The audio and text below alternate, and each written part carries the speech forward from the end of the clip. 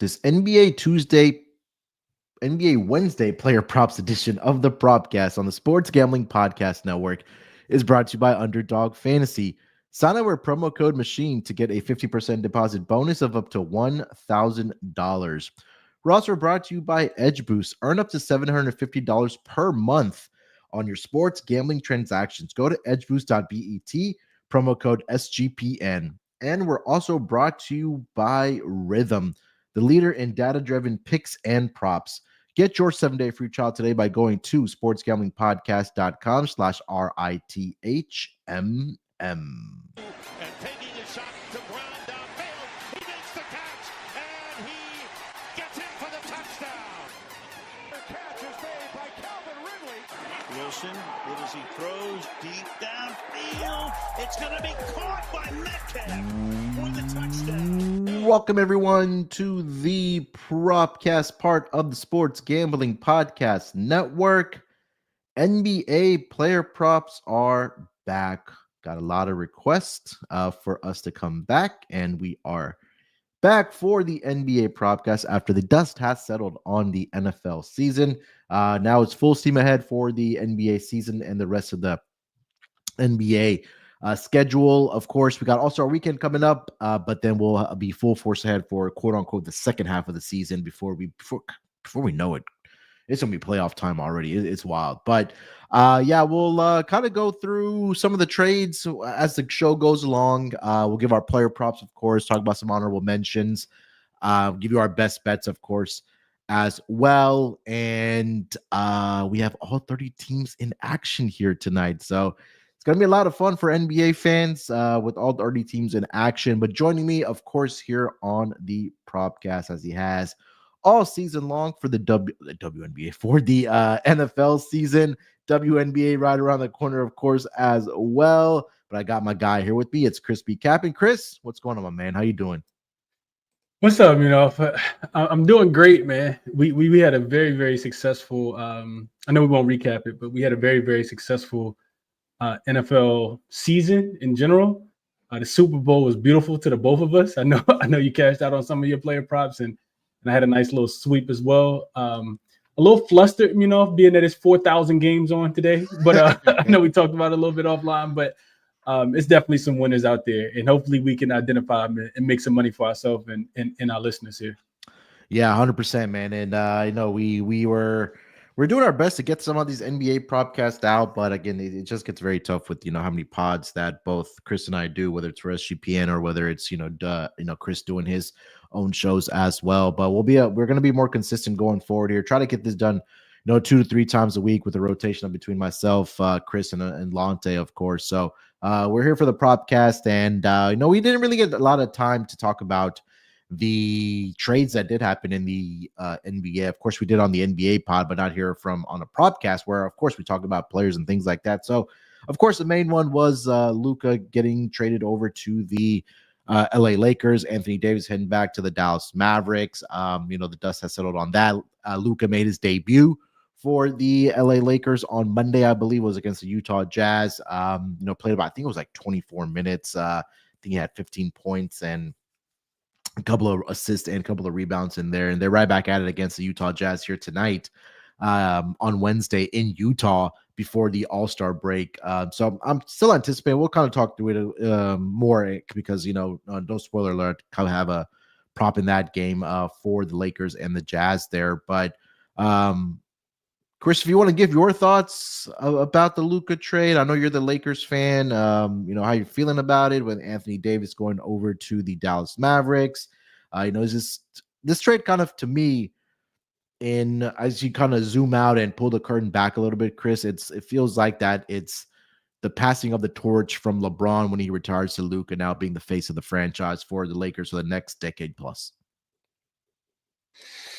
Yeah, I absolutely agree with them. If this was, in my opinion, not ran by LeBron, the organization, Rob Pelinka, Jeannie Buss, all of the higher up heads, they could care less what LeBron James thinks because they understand that he's at the tail end of his career, right? Whether it's this year or next year or 2-3 years from now, there is typically some form of a dominant superstar in LA and that's by any means necessary, right? Any means necessary. I mean, we can go back decades, right? This is showtime in LA. So to be able to go out and acquire, 20, how old is Luca? 23, 24, 25-year-old Luca? I think he's 25. Yeah, 25. A 25-year-old Luca, I mean, it's an absolute no-brainer. Now, as a Laker fan who, always wants to kind of hold on some symbol of hope with Anthony Davis and LeBron, especially with them, winning a championship in the bubble,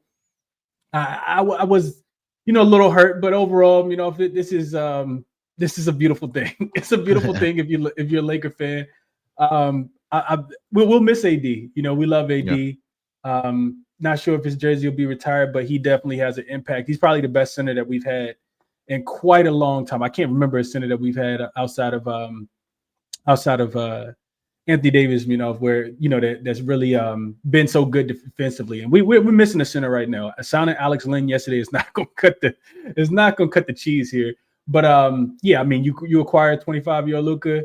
The other thing, the icing on the cake, and I like Dallas in their first game against Houston the other day because it feels like that city needs to be, they need hope, right? And I think Anthony Davis was trying to restore that. But you see him go down in his first game and then not see when he's going to return. Yeah.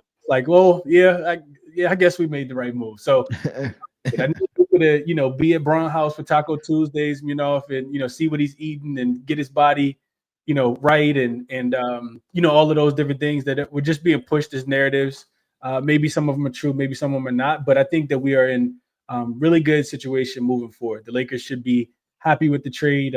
You love that, it still kind of feels unreal, even after watching the game, because you just don't expect the organization to trade away a top 3, top 2, top 5 type player like Luca without even putting them on the market, right? Like, let's not even see what you wouldn't sell your house, to the guy up the street without, asking the realtor what is my house going for, right? Yeah. And it feels like that's what the Dallas Mavericks did, man. So we'll take it. Hate that we're missing AD, but we'll be able to find a center. And I like the synergy that they were playing with. The Lakers are playing really good basketball right now too. So overall, I think it's a really great trade that I think 29 other teams would have made in the NBA, giving up a superstar for a very young superstar. 100%. I mean, it could be a worse situation. You could be where the Dallas Mavericks are right now, where they just don't even have a center at this point, with AD out, Derek Lively out, Daniel Gafford out now as well. So, something we'll talk about here, I'm sure, on the Propcast as we get into our player props here for the Wednesday card. Just want to remind everybody quickly, hey, just because football is over, NASCAR is officially back. Head over to sportsgamblingpodcast.com/Daytona to sign up today for their free Daytona 500 contest to be entered to win $100 cold card cash and a $100 SGPN gift card plus random bonus prizes. That's sportsgamblingpodcast.com/Daytona to sign up now. All right, Chris, let's get into our player props here, man. Like I mentioned, all 30 teams in action in the association tonight. Lots to choose from. My head was spinning this morning trying to figure out where I wanted to go with these props here. But I'll let you lead off. Player prop number 1 for the NBA tonight. Where are you taking us? All right, we're going to go, to one of the uglier games on the board. And because it's an ugly game, I think I got a beautiful under in this ugly game. And that player is going to be Miles Bridges. We're going to start this thing off with Miles Bridges. I'm looking at Miles Bridges, his points plus assist line. This number, in my opinion, is a little inflated because you don't have Brandon Miller, you don't have LaMelo Ball, you don't have a bunch of different star players. I think the team total for the Charlotte Hornets is somewhere around like 97.5. Like they're not projected to score many points today. I think I even saw it down to 95.5. And they're double-digit road dog here. Not a lot of optimism around this spot here with the offense that they are going to put out on the floor today. So I think it's an inflated number, 27.5. So when I looked into Mr. Bridges, he's a guy who scores a ton of his points as the primary ball handler. He generates about 20% of his points from spot up. Let's start with spot up. So 20% of his points, about a fifth, come from the spot up. Orlando is actually the number 1 defense in the NBA against the spot up shot. He also gets a ton of his points in transition. right? About 16%, another 16% of his points come in transition. This is the 7th best transition defense in the NBA. Orlando should not allow Charlotte to get out and run in this spot. So when I look at those two things and I put them together, I went through the 7 games that he's played so far, versus teams that are both top 10 in spot up points allowed and bottom 10 in pace. We know this Orlando team is the slowest paced team in the NBA. And I'm not expecting anything different today with a total of 202.5 points here. So Bridges is averaging 18.7 points and assists, in those games where he's playing against a bottom 10 team as far as pace and a top 10 team as far as spot up, where he gets a lot of his points. He's played in the 7 games. He stayed under in every single game, averaging 18.7 points and assists. And like I said, I think the line's a tad bit inflated because we don't have LaMelo. We don't have Brandon Miller. If this game turns into a blowout, Bridges will be on the bench, right, with the rest of his teammates. Right. I'm not sure he even plays his full complementary of minutes here. It's also the last game before the All-Star break. How much do you really want to try? And then you got the Orlando Magic on the opposite side. This lost the game, right? Lost a couple games. This is not a good team, but they need to pick up some steam at home. We know they play a lot better. So yeah, I'll take Bridges, especially with them coming off a loss under. This line was at minus 105 when I locked it in this morning. I see a minus 115 at 27.5, but this is starting to trickle down to 26.5 on most books now. You laid out the case beautifully there. Magic, number one on surface, that again, slow-paced team. You're not going to get into a shootout with this team, right? And if I think at this juncture of the season, with all the injuries that Orlando's also dealing with, they're going to have to win games on the defensive side. And we know offensively, they're relying on 2 guys. It's Paolo Banchero, it's Franz Wagner. And they're going to slow the game down. And if you watch their games, they are playing at a slow pace, are the Orlando Magic. And their defense is what they've prided themselves on, going back to last year, right? And I think that's what really propelled them to get into the playoffs last year. I think that's something that's going to have to carry them this season until they get their guys healthy. But, that's Orlando Magic brand right now, is playing defense. So, and again, you made a great point there that, number one, the total in this game is low, especially for the Hornets team total. We have blowout potential as well. And usually when you have player props that you're betting on overs, that's where player props go to die in a blowout situation. So I think with Miles Bridges being right now on the floor, the best player for this Hornets team, you're not going to expect him to be out there if the Magic are up by 20, 25 plus points entering the fourth quarter with about 7 to 8 minutes left, even possibly. So, I like this one. This is a great find here, Chris, on Miles Bridges here tonight against the Orlando Magic.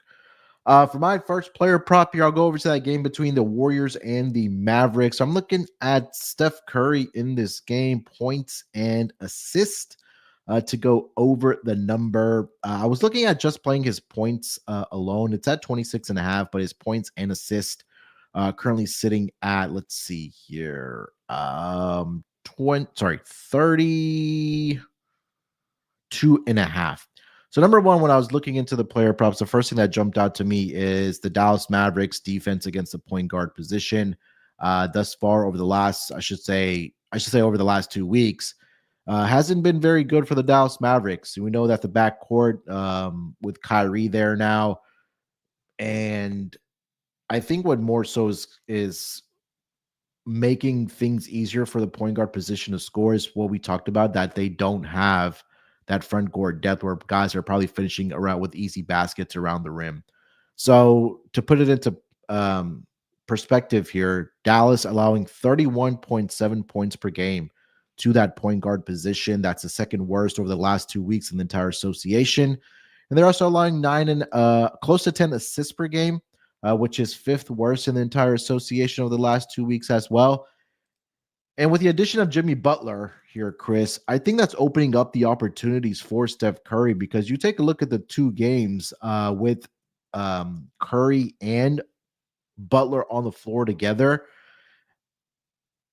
Curry's been absolutely fantastic. He's had 4 straight games of 32 or more points. But last 2 games with Jimmy Butler, 34 points for Steph Curry and 38 against the Milwaukee Bucks. He also has a combined 10 assists in both of those spots. So I wouldn't fault you if you want to play or if you just want to play the points over at 26.5, because he's done this in 4 straight games, scoring 30 plus points. And if you want to tack on the assist, but he's also shooting it well from beyond the arc. He's had 4 straight games here where he's made at least 6 3-point shots. And again, he's had a lot of success here against the Dallas Mavericks, at least over the past several games against them head to head. And I'll just quickly read off the numbers as far as points scored for Steph Curry in those spots there. So they had a matchup earlier this season in the Bay Area where, of course, Clay made his return.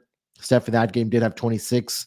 He had 10 dimes in that game, but prior to 28 points, 5 assists, 37 points, 9 assists. So I'll play the points to go over here, Chris. 26.5. I think this will be one of the higher scoring games here for tonight. The Warriors are I believe a 6.5 point favorite. The last time I checked the line, and the total is currently sitting around 233. So books are expecting to see some points here. I believe this game is on national TV, if I'm not mistaken here, Chris. But I do like Steph Curry over 26.5 points here tonight. Yeah, I mean, you're catching the guy that's in really good form here, and I do think there's a little extra added motivation because if we think back to this will be the third matchup between these two teams. We think back to the first matchup, Dallas came into Golden State, and we had the trade tribute Clay tribute video, and that ended with Steph, kind of beating his chest, saying you should have stayed here. We remember that, right? Yeah. And then the second matchup between the two teams also was played in Golden State, and Golden State actually lost that one. Dallas got the better of them, winning that game. Now Dallas had a lot more. That game finished very high total. I think 200 north of 250 points. 276. Yeah, there we go. I was gonna say I remember seeing at least 250. But that game, of course, had Luca, and they had a healthy PJ Washington, who's listed as questionable in this game. I think there's something to. Yeah. I think there's something to just kind of this Golden State team wanting to go into the break, kind of hot. And you mentioned it, right? This is not a good team against off screen plays in general. They actually rank bottom 10. You look at Steph's current form: 32 against the Jazz, 37 against the Lakers, 34 against the Bulls, and 38 against the Bucks. So I mean, recent form, I wouldn't be fading him here at all, especially with the way that he's been playing. Jimmy's also been playing a little bit better as well. If I just listening to you talk, it's kind of made me think about an honorable mention in this game. So we'll keep that for the next for honorable mentions. But I am looking at something just based on what you just said with wanting to play on Steph, because I do like your look here. Yeah, I have 2 more honorable mentions in this game I'll save here, but yeah, I like the look here. I think that, again, with Jimmy Butler there now, there's another body that the defense has to pay attention to. I think that just opens up more opportunities here for Steph Curry. All right, before we get over to Chris's next player prop for the Wednesday night card here, let me tell everyone about Edge Boost. SGPN has partnered up with Edge Boost, the premier Visa debit card for bettors. An Edge Boost card allows you to avoid the hassle of having your card denied at the sportsbook, DFS sites, sweepstakes sites, racetrack, or casino. Plus, you can earn up to $750 per month in cashback rewards for using your Edge Boost card. And your money is safe as the card is FDIC insured. The best part is no credit checks, and it's completely free.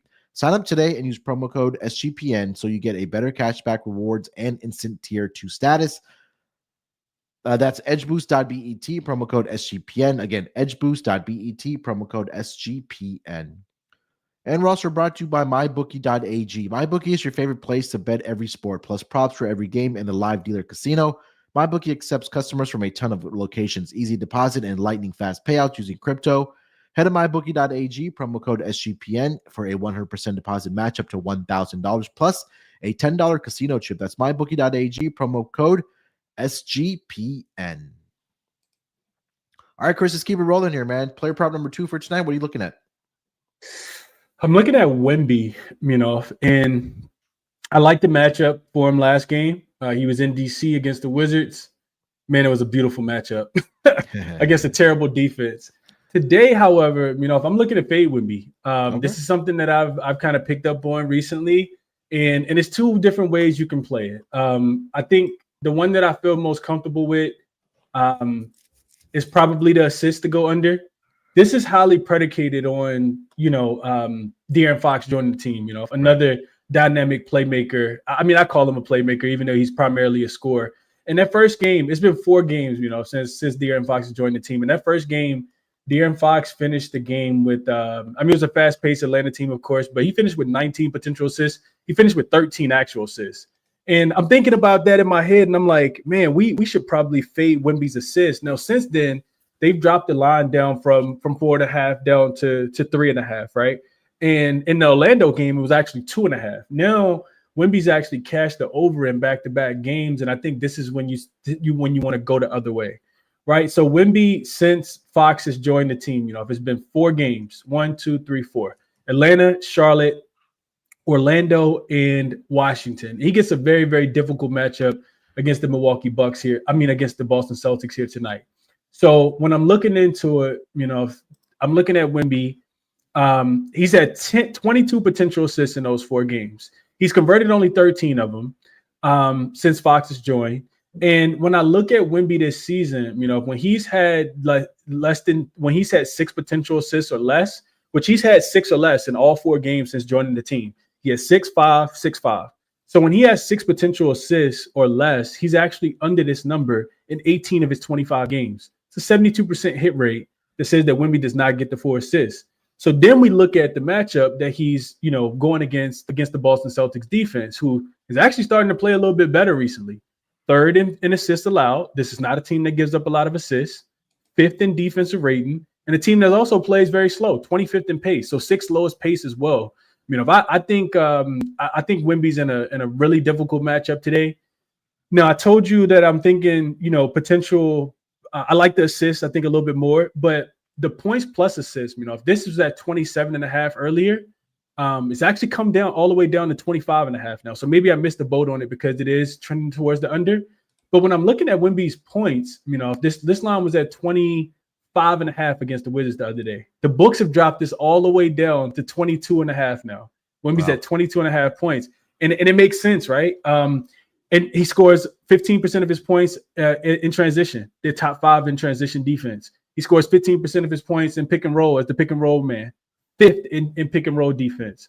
13% of his points in spot up. 4th best spot up defense. So this is not a team, and he gets 12% of his points at the free throw line, and they also foul at the 3rd lowest rate. So I don't think Wemby's in a really good matchup today. To me, this screams a little bit more Fox. I know Drew Holiday is already ruled out. You could potentially not have Jaylen Brown, who's listed as questionable here. I know it's a primetime game. I know it's on national TV, but I do think Wemby struggles today. I think Porzingis is another big guy that, not that he has a lot of weight on him, but he's another big guy that could disrupt Wemby. And we've seen Wemby struggle against some of the teams that are a little bit more physical with him. I think about a team like the Milwaukee Bucks and what Giannis was able to do with him a couple times this season. So I like Wemby. I think I'm gonna go under 3.5 assists. It is juiced. Minus 135 is the best number I see on Bet365, but it's minus 154 on a lot of other books. And I think it's a really good way to get paid today. Wemby under his 3.5 assists here, Yeah, it makes a lot of sense because this was something I was looking at as well when De'Aaron Fox initially got traded to the San Antonio Spurs and he made his debut for that Spurs team. That you have already 2 guards there in Chris Paul and De'Aaron Fox, and then let's not forget they got Stephon Castle coming off the bench now, I believe, as well, or at least playing starter minutes. But that's going to take away from Wemby to have to distribute the basketball. And I think that he's just going to be in spots where, hey, he's either getting, these alley-hoop passes from De'Aaron Fox or spot up shots, I should say, and not having to be relied on having to be a playmaker. And like you mentioned, right, Boston's defense is starting to improve here. This team has been just very difficult to handicap because we just don't know what their motivation is on a night in and night out basis. But like you mentioned, this game is on national TV. So I do expect this, and this could be another game that does turn into a blowout because the San Antonio Spurs defense has not been very good. They've let teams score a lot of points here. I don't have the exact numbers in front of me, but if you take a look at their past several games, when they get out to those leads, they are letting teams hanging around or at least come back, and defense has been very questionable for those teams. So I think it's going to be a spot where Boston also put their foot down. They don't want Wemby, the next, face of the NBA, coming in and, ruining the party there. So I'm with you. You made a lot of great points there, Chris. So I'm with you on this here as well. Let's go with his under on Wemby here tonight for sure. All right, for my next player prop, I hate to be the mush, I guess, like we say it around the SGPN parts, but I will take full responsibility if this man does not have another monster game here tonight, and that's Anthony Edwards. The dude has just been an absolute tear right now, Chris. 3 straight games of 41 or more points. And like we know, he's pretty much the offense for this Minnesota Timberwolves teams. He scored 36 points in 4 of the last 5 games. And you take a look at that Cleveland game that they just played where they got blown out by 21 points. I don't think they got their first made basket with I think it was 7 or 8 minutes left in the first quarter against the Cleveland Cavaliers. And then a blink of an eye, I go back and look at the box score, and here's Anthony Edwards, 36 points. So he just flipped the switch here. So the Timberwolves do host the Kings Oklahoma City tonight. Thunder. I thought you were talking about tomorrow. Yeah, they got they got the Bucks tonight, right? Yeah, I'm sorry, they got the Bucks tonight. Yeah, so I think this is a game here where, number one, the Milwaukee Bucks have been struggling against the point guard position. I know Mike Conley is pretty much their point guard there, but I'm not sure you on the Bucks side who you can put on them. Dame, we know, doesn't play any type of defense. I mean, who is it after that? If you look at this perimeter defense, right? I just don't think that really. Again, Kyle Kuzma is going to try to slow down Anthony Edwards. I don't think that's happening. And also, the number one fact as well, Chris, is that it's just pure shot volume that you're going to get from Anthony Edwards, right? Like, we know he's going to jack up 10 plus 3-pointers a game. He's going to get to the free throw line. He's going to be a guy that's going to be having the balls in his hand. And we know the usage rate, number one, for Anthony Edwards is absolutely through the roof for this Minnesota Timberwolves team here. And again, you just take a look over their past several games. He's gotten up 25 or more shots in 3 straight games for the Minnesota Timberwolves. He's had 20-plus shot attempts in 4 straight games. He's had that in, 7 out of the last 8 games. So, and again, you just take a look at how many 3-pointers he's jacking up as well. So, I like Ant to continue his scoring abilities in this game here. I know he's going to play the minutes. I know he's going to get the shot volume here, Chris. 1 + 1 does equal 2 here. So the official number right now, it's at 30.5 for Anthony Edwards. But again, like I mentioned, a guy that's gotten 40-plus points in 3 straight games. I think that he can at least get into the range of 35 points here tonight against the Milwaukee Bucks in this game here. So I'll take the Ant-Man. I see 29.5 currently over on DraftKings. It is at -125. But I think this could be another big game at home here for Anthony Edwards here, Chris. Yeah, no, absolutely. I definitely agree with everything that you said. Anthony Edwards, he's just on a tear. Also, another guy, you just mentioned Steph, but you mentioned 2 of the hottest players in the NBA, that I'm not looking to fade right now. Both of these guys probably looking to send their teams off into the All-Star break on win, especially for Anthony Edwards, especially coming off that loss against the Cleveland Cavaliers. You mentioned, him being the primary scorer. We know there's no Dante DiVincenzo right now. Yep. Won't get him back until after the All-Star break. And the same thing with Julius Randle, right? Julius Randle also not there. So a lot of the heavy lifting has been put on the shoulders of Anthony Edwards. He's not 40. If this guy's in it, I don't even think he's reached his prime yet. So, I love everything about Anthony Edwards tonight. So when I'm looking at the defense of the Milwaukee Bucks, one thing that's always been interesting to me, that I've been paying attention to is this defense for the Milwaukee Bucks is 8th best at home and 23rd on the road. So their home road splits have been absolutely, just different. And it's also 3rd game in 4 nights, 4th game in 6 nights. So a little bit of a fatigue spot here for this Milwaukee Bucks team as well. If I like it, I like Anthony Edwards in this spot a lot. He's a primary ball handler, and they don't do well against primary ball handlers. 23rd is what they rank. He's up and over in 5 of his last 6 games as the primary ball handler. Just dropped 53 against the Detroit Pistons, 36 against the Knicks, 33 against the Suns, 49 against the Bulls, and 41 against the Houston Rockets, in the same exact spot against teams that are bottom 10 in pick and roll defense. So love this find from Anthony Edwards. All right, Chris, before we get over to your third player prop here for tonight, let me tell quickly everyone about our friends over at Underdog Fantasy. Boy, if there was ever a time to get on Underdog Fantasy, if you haven't already, tonight is that night because NBA has a full slate of games, all 30 teams in action, NHL, of course, college basketball. Whatever your sport, you can cash in big with Underdog Pick'em. Stay tuned at the end of the episode. Chris and I will put together our Underdog Fantasy entry here for tonight for the Wednesday games. You sign up with promo code Machine to claim your special pick and first-time deposit offer up to $1,000 in bonus cash at UnderdogFantasy.com. Make sure that promo code Machine. And we're also brought to you by Rithmm, SGPN's partner Rithmm, the #1 AI-powered sports betting platform that helps provide bettors of all levels the ability to build custom predictive betting models in seconds. Build your own model, copy one of the top-performing models from the leaderboard, or have Rithmm build a model for you. NFL picks, NFL props, college football, college basketball, NBA, Rithmm. Honestly, they have it all. Claim your 7-day free trial today by going to sportsgamblingpodcast.com/rhythm. That's sportsgamblingpodcast.com/RITHMM. All right, Chris, take us over to player prop number 3, man. What do you got? So this one, if it's one that I probably should like the most, but we'll see. There's some injury report stuff that could happen that kind of change this one up. But I'm going to the Philadelphia 76ers and Brooklyn Nets game.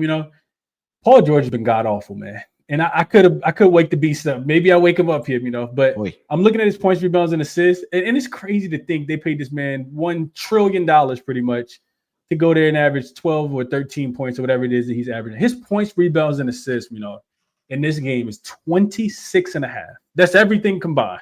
All of the things that Paul George can do is combined at 26.5, and I'm looking towards the under at -102 on FanDuel. So I looked into it, right? He's under his 16.5 points in 5 straight games. He's under his 4.5 assists in 5 of his last 6 games. He's under his 5.5 rebounds in 8 straight games. Not getting boards, not getting points, not getting assists. I'm not sure what he's doing out there. Maybe it's just cardio. He got a Fitbit on, counting the steps, right? Trying to get to 5,000 steps. But then I look deeper, because Paul, there's potential that Embiid does not suit up today. I think he said last night he was unsure if he was going to play. I wouldn't anticipate him playing on the second leg of a back-to-back, but maybe you can ruled out, Chris. Sorry to interrupt you, but no. Did he officially get ruled out? Let me double check here while I give the handicap. Because I capped it both. I capped it both ways. While you're looking at that, we have numbers without Embiid as well. Without officially Embiid, out. Officially out. Okay. Yeah. So without, maybe the number goes up a little bit and we get a better number. So without Embiid, this guy is under his 16.5 points in back-to-back games in 3 of his last 4 without Embiid. Under his 4.5 assists in 3 straight games without Embiid. Under his 5.5 rebounds in 5 straight games without Joel Embiid. 21% of his points come as the pick-and-roll ball handler. The Nets actually allow the fewest points in the league. They don't do a lot well defensively.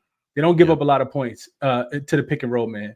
So 21% of his points come there. They're number 1 against the pick-and-roll ball handler. He also gets about 18% of his points in isolation. The Nets top half of the league. They're 13th defensively there.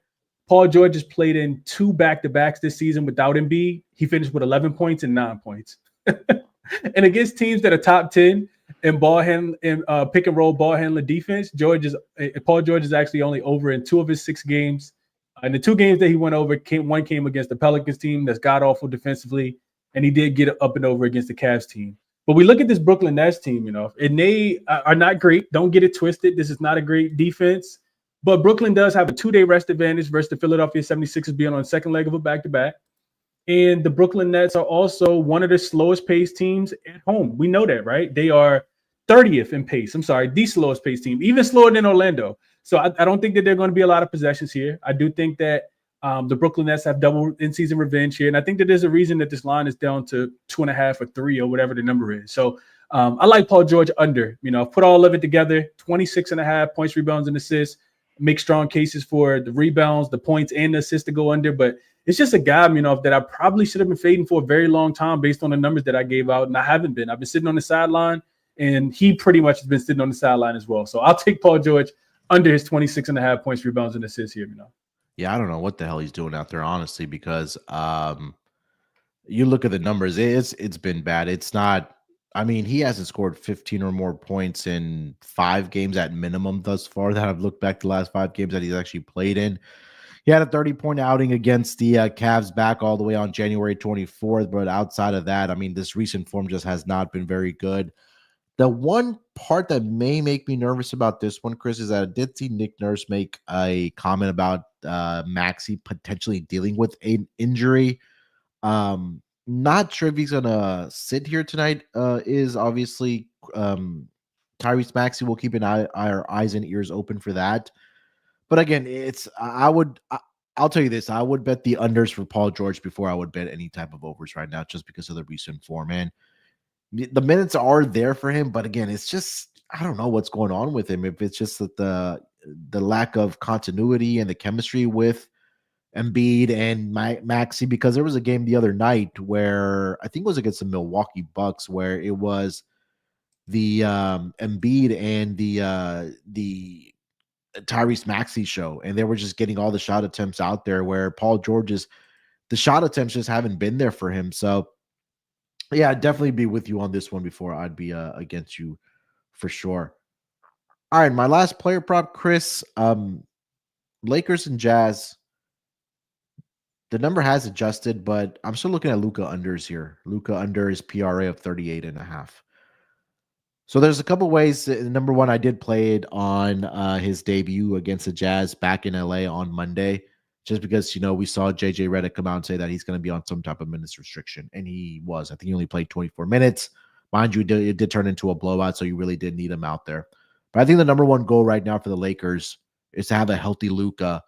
And I believe this is their last game before the All-Star break. I'll double check that here in a second here. No, it is. It is. It is? Okay. Yep. So I don't think they want to risk anything significant with Luca re-injuring anything going into All-Star break because they're in the standings in the Western Conference, right? And he missed, he hadn't played a game since Christmas Day for the Dallas Mavericks. And now for the LA Lakers, obviously, in that first game back here since Christmas Day on Monday.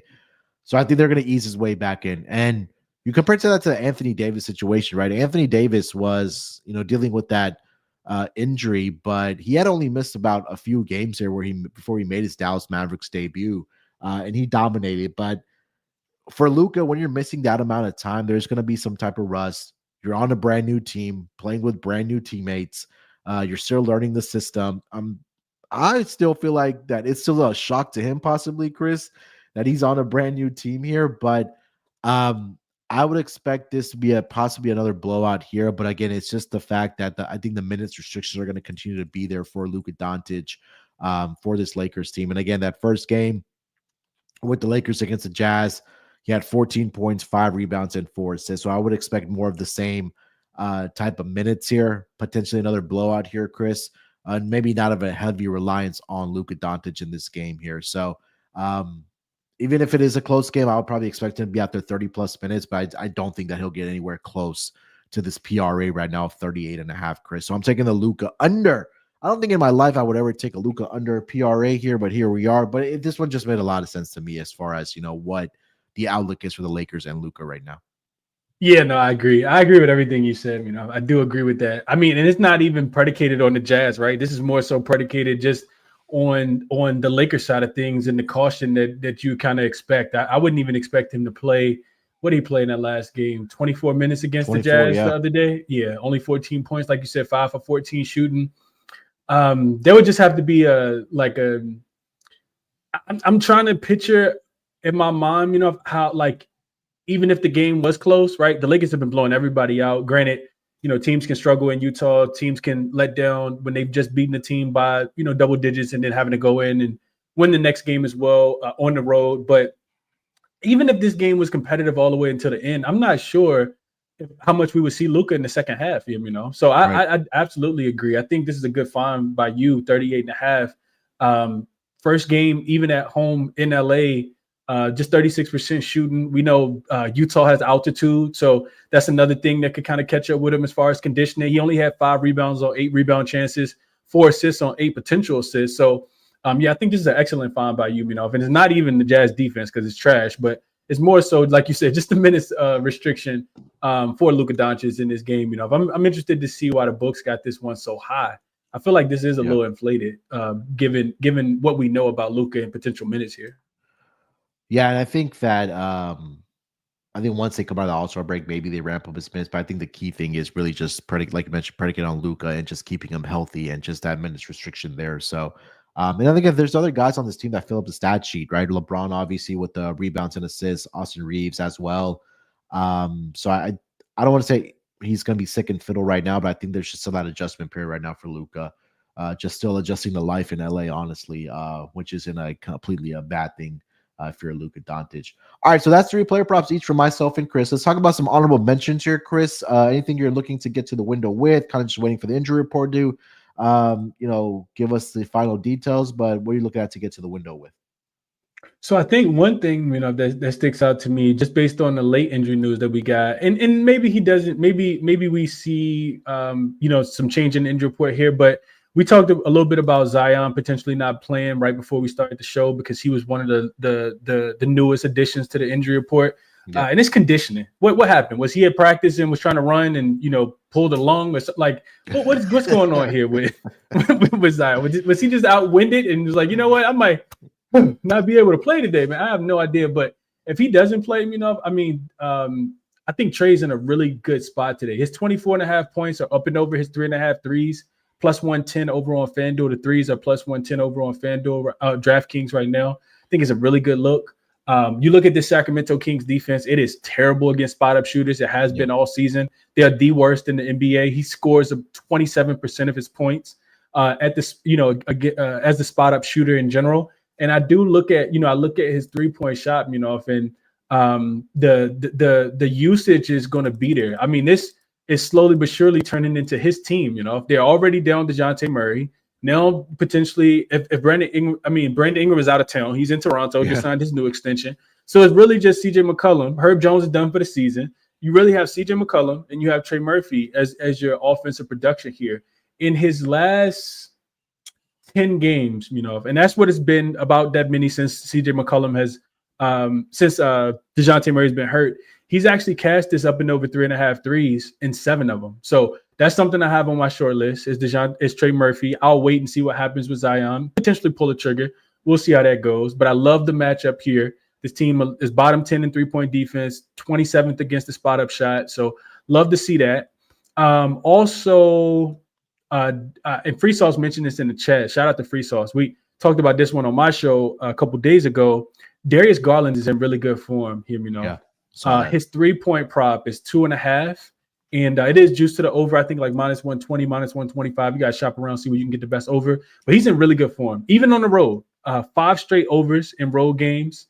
He's cashed. Toronto's defense, in my opinion, is going to take a little dip with quickly being back. He's a negative defender and a positive offensive impact, in my opinion. You got a Toronto team that's traveling, second leg of a road home. Back to back as well, and I just like the spot for Darius Garland, all-star that's going to be able to knock down some shots here. If I do think that he's going to be able to find his rhythm. So when I look at their defense, 19th against the pick and roll ball handler, also giving it up against the above the break 3, where they rank bottom 10 as well. I think Darius Garland is in a really good spot here. As far as games, because he's played against them twice this season. Yep. As far as his 3-point props, he missed the first one, which was the first game of the season. He only hit 1. The next 2, he hit 4 and 4. So I like Darius Garland. He's on the short list. The other one I looked at was Mr. Tyler Hero, and this one is contingent upon the injury report as well. Apparently, there's a bug kind of going through the Miami Heat locker room. You hate to see that, but if it can make us some money, it can make us some money. So they have downgraded. So Tyler Hero and Jaime Jaquez Jr. were both listed as questionable for this game yesterday. The team flew out to OKC, and those 2 guys did not fly out with the team. Then they did fly out today. So it looks like he is going to play, and there is some potential for the other guys to potentially miss this game, right? If you've been paying attention to the injury report today, then you know that a couple of different guys have been added on for the Miami Heat, that being the likes of who was it? I think it's Duncan Robinson and Terry Rozier. Right. So it's a potential, some offensive production that couldn't be there. That could, potentially not be there. Tyler Hero has been in excellent form. He's an all-star this year. I agree with all of those different things. But when I look at this this Oklahoma City Thunder defense, I mean, it is not too much to not like about this defense. So just to put some numbers to what they've been doing, Tyler Hero scores a majority of his points as the off the pick and roll and against isolation in general. Looks like 26% of his points come as the pick and roll ball handler. This is the third best defense against the pick and roll this season. He gets about 18% of his points in transition, second best defense against transition. So the reason why I was thinking about tacking on assists as well, because then you get the line, up to, I think this is 27.5 on most books. This is also a team that just doesn't give up a lot of assists. They fourth in assists, fewest assists allowed. And it's just a really good matchup, I think, for their defense more so than Tyler Hero on the offensive end. The other thing I looked at, you got a 14.5 point spread. I think this is still 14. Yeah, 14.5 point spread. And the Heat are actually playing the first leg of a back-to-back. They got a game against Dallas tomorrow. So if this game does get out of hand, Tyler Hero will probably be sitting on the bench looking forward to a Dallas Mavericks matchup tomorrow. So Tyler Hero on the short list, 27.5 points and assists. Darius Garland up and over his 2.5 threes. Trey Murphy over his 3.5 made threes if Zion sits. And then the last but not least, I know I'm being long-winded, but we got about 4 million games, so I'm trying to give the listeners some looks. No, let it rip and run, Chris. The last one, is and this was what you kind of talked me into looking into this, which is Draymond Green. And this may end up staying on the short list, but I'm looking at Draymond. His points prop is under. The number's 8.5. He hasn't really been scoring, and I don't think that he will need to score with Jimmy Butler being there. Yeah. I'm looking at last game against the Bucks. He shot 2 for 4, 0 for 3 from the 3-point line. 2 for 7 from the field, 27 points. 2 for 7 from the field, 29%. Only had 6 points against the Chicago Bulls. 1 for 2. So he's just not taking a lot of shots since Jimmy Butler's been on the team. He finished both of those games with 6 points. He's actually under his points prop, at 8.5 in 7 of his last 8 games. So if you think that, it's going to be strength in numbers, which, I mean, that's what it is for Golden State right now, right? Like they have everybody active for this game outside of Kuminga. Then Draymond also, won't be needed to score as many points. His points prop at 8.5, is something that he's hit the over on in just 9 of his 23 games this season. So, yeah, I'm looking at Draymond under his 8.5 points as well. And you can actually get this at -102 over on FanDuel. Not a lot of juice attached to this one at all, as it looks like most people are probably betting the over. And I completely get it. I know Dallas doesn't have a center, but, yeah, Draymond under 8.5 points, Trey Murphy over his 3.5 threes if Zion is ruled out. Darius Garland over his 2.5 threes. And then Tyler Hero under 27.5 points. What about you? So let's say in this Dallas game, Clay over 14.5 points. I like that. He's been getting out to really good starts in those first quarters. So I don't know if you can look that up, Chris, what he's done over the past maybe like 5 games in the first quarter, but I feel like he's gone off to really great starts. Last Klay Thompson? game, yeah, Clay. Just in the first quarter. He had 19 in the total game against the Sacramento Kings, 13 against. He has 7. 7 in the first quarter. Yeah, so his points prop in the first quarter, is listed at 3.5. He's actually hit the over in all 3 of his last 3 games. He didn't score against Cleveland in Philly in the first quarter. But if you go back to 3 games before, he's actually hit in all 3 of those games as well. So you can say 6 of the last 8, he's actually going up and over this number. So yeah, and he's playing against his old team. So cannot talk you off Klay Thompson, layup and a potential three-pointer in the first quarter. I think that's a really good look. Yeah, so I like his full game 13.5. The number may have moved to 14.5, but again, scoring options right now for the Dallas Mavericks. Let's see without no Anthony Davis. You have Kyrie, of course, but I think Klay has to come out and perform. And again, going up against his former team as well. What else was I looking at? Malik Beasley threes has been a very, very profitable angle, Chris. I mean, I think he set the season franchise record for the Detroit Pistons last night, but he's been an absolute fire. The number's at 3.5. It is juiced at -130 for Malik Beasley, but the guy that's been coming off of the bench for them and just been catching fire. So I think that's something that can continue against the Chicago Bulls team, who also has not been very good defending the 3-point line, to say the least there, especially against Malik Beasley. So that was one I did like. The one I'm waiting for to find out if he does play, and should have stayed in the Dallas Mavericks and the Golden State Warriors game. PJ Washington rebounds. Obviously, we talked about no Gafford, no Lively, no AD. Somebody's going to have to pick up those rebounds. So I do think that if PJ Washington does end up playing this game here tonight for the Dallas Mavericks, I think that could be a look where he does walk into 10 plus rebounds here tonight. It's listed at 9.5 at plus 105. I think this could be a great ladder opportunity for this game because, again, who's going to be really out there rebounding the basketball for the Dallas Mavericks? So I do like that. I think that I was trying. So you mentioned how bad the Kings defense has been against the three. Pelicans are right there as well.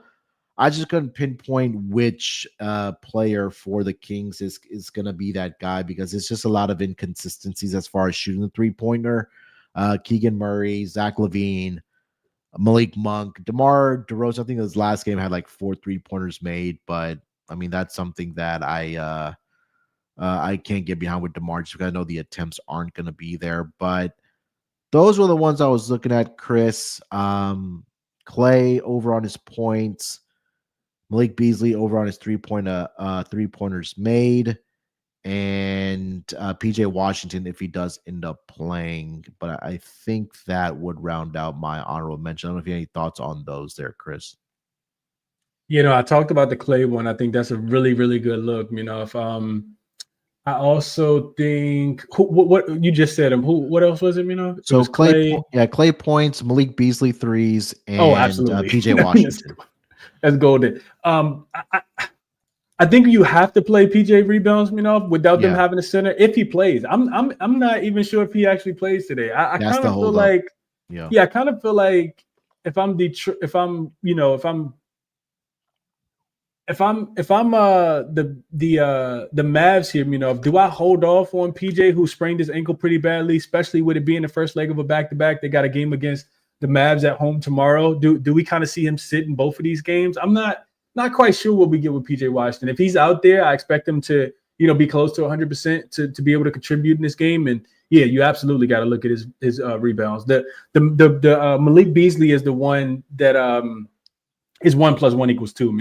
You get a bottom 3 defense against probably the best shooter in the NBA right now. I don't know if Malik Beasley has more made threes than Anthony Edwards, who used to lead the league, but I know that he's very, very close. So that's an absolute no-brainer. You just hope that the variance stays on your side. Malik Beasley has hit 5 threes, and it feels like 7 straight games, and he's gone up and over against the Bulls. He did it last week when they played. He did it last night when they played, and I think the first game of the season he also did it when they played because this is the last matchup between the two teams tonight. So I couldn't talk you off Malik Beasley. Getting there again. If I do want to, if it's okay, I want to go to this comment from Jason. Yeah. He says, do we think Asir Thompson over his points, rebounds, and assists, and over his 1.5 steals or 2.5 steals or blocks? So same game, right? I think looking at Asir, he has been on an absolute heater with his points. If he's listed at 10.5, he's gone up and over in 6 straight games. They do get a very, very soft Chicago team as far as where he likes to score the basketball. Chicago gives it up in transition. They also give it up in the restricted area, and that's where he scores a lot of his points. This is the team that allows the most points in the paint. So I couldn't talk you off playing Asir. Won't be on my card, but I couldn't talk you off playing Asir. In the second leg of this back-to-back, as far as his points, as far as his steals and blocks, that is something that's a little bit more intriguing to me, Jason. His line is listed at 1.5, and it's juiced to the over. I see it at -145 on Bet365 right now. BetMGM has it same price as well, and he had 6 yesterday. He ended up with 6. He had 4 steals and 2 blocks. He's up and over steals plus blocks at 1.5 in back-to-back games in 4 of his last 6. In 5 of his last 7 games. And it's just something that's been profitable this season. On the full season, he's cashed in 14 of his 23 games at a 61% hit rate. So I do like Asir. If I'm playing him, I think about him as probably the same way you think about his brother, just a high motor guy that likes to get to the rim, likes to block shots, plays with a lot of energy and effort. He's a dog, when he's out there. So I do like the over 1.5 steals plus blocks a little bit more than anything else. I don't know if you had any thoughts on Asir today. Yeah, I think this guy's also possibly blowout proof. The minutes he's playing averaging about 25 in the month of February. And like you meant, what did you say? It was 10.5, Chris, for his points prop line? Yeah, 10.5. Yep. Yeah, he's gone over this number in every single game so far in the month of February. So maybe a prop here that the books have not caught on to. He's made at least 4 field goals in all the games here in February as well. So yeah, this is a good find here. I would bet on the over here for Stuart Thompson here, over 10.5 points for the Detroit Pistons. That's a great find there. All right, let's get into our best bets here, Chris, for tonight. Where are you taking us with your best bet? Man, we're going Bridges. If we're going Bridges, I really want to make it a double best bet and go Wemby under as well. But Wemby is a little juiced. I think this is now moved since we started the show. It's moved from -135 to -145. So that number is, moving in the wrong direction. So we'll go Bridges. I think you can still get this at -115, just depending on where you're shopping. Bridges under his 27.5 points. Super low total. Lines a little bit inflated because no LaMelo, what's the other kid name? Brandon Miller. And no Brandon Miller. And like I said, this is not a team that you want to play down bodies, So I do think that Bridges struggles. I think the way that he likes to score, Orlando does not give up points in that department. 18.7 points and assists is what he's averaging in 7 games versus team that are bottom 10 in pace and top 10 in points allowed via spot up. So we'll go Bridges under his 27.5 points in a game that, has blowout written all over it, Love it. All right, for my best bet, I'm going to go Steph Curry, man. Give me Chef Curry to go over 26.5 points here tonight. You talked about at volumes that he's benefited with Jimmy Butler coming in. But 4 straight games, he's put up 32 or more points in the 2 games with Jimmy Butler, 34 and 38. And he's been getting the shots up. Somebody mentioned in the chat there that he's averaging 17 3-point attempts over the last 4 games from Steph Curry. That's really enabled him to knock down at least 6 and 4 straight games here. So I think they go out there in Dallas, where the Dallas Mavericks, like I mentioned, have been struggling against the point guard position. I think Steph Curry has a big night here, so I wouldn't be surprised if he has a big night, scoring points, but also getting the assists here tonight. But we'll go with points over 26.5 for one Steph Curry against the Dallas Mavericks. All right, that's going to do it here for this edition of the Propcast. Really happy to be back talking about NBA player props here. And again, we'll do so for the rest of the season. Of course, All-Star break happening this weekend, but we'll be back next week for the NBA Propcast. So look out for us then for the NBA. So should be a lot of fun tonight with all 30 teams in action. Hopefully we did find some winners for you guys here on the NBA Propcast. Chris, anything else you want to mention, my man, before we get out of here? It's feel good to be back on here talking props. I hope that people enjoyed the show. Hopefully we provided some winners or at least some insight. Whether you're fading or following us, enjoy the games this week. Enjoy the All-Star break next week as well. And we're super excited to be doing this moving forward, man. Getting them back to some NBA money, with these props, man. Yep, 100% for sure. All right, we'll be back next week for the NBA Propcast, so look out for us then. Make sure you guys follow Chris over on Twitter. That's at ChrisBeCappinn with 2 P's and 2 N's. You can follow me there as well at SportsNerd824. Enjoy the hoops tonight. A lot of action. Be responsible, but always remember, like we always say, to let it ride.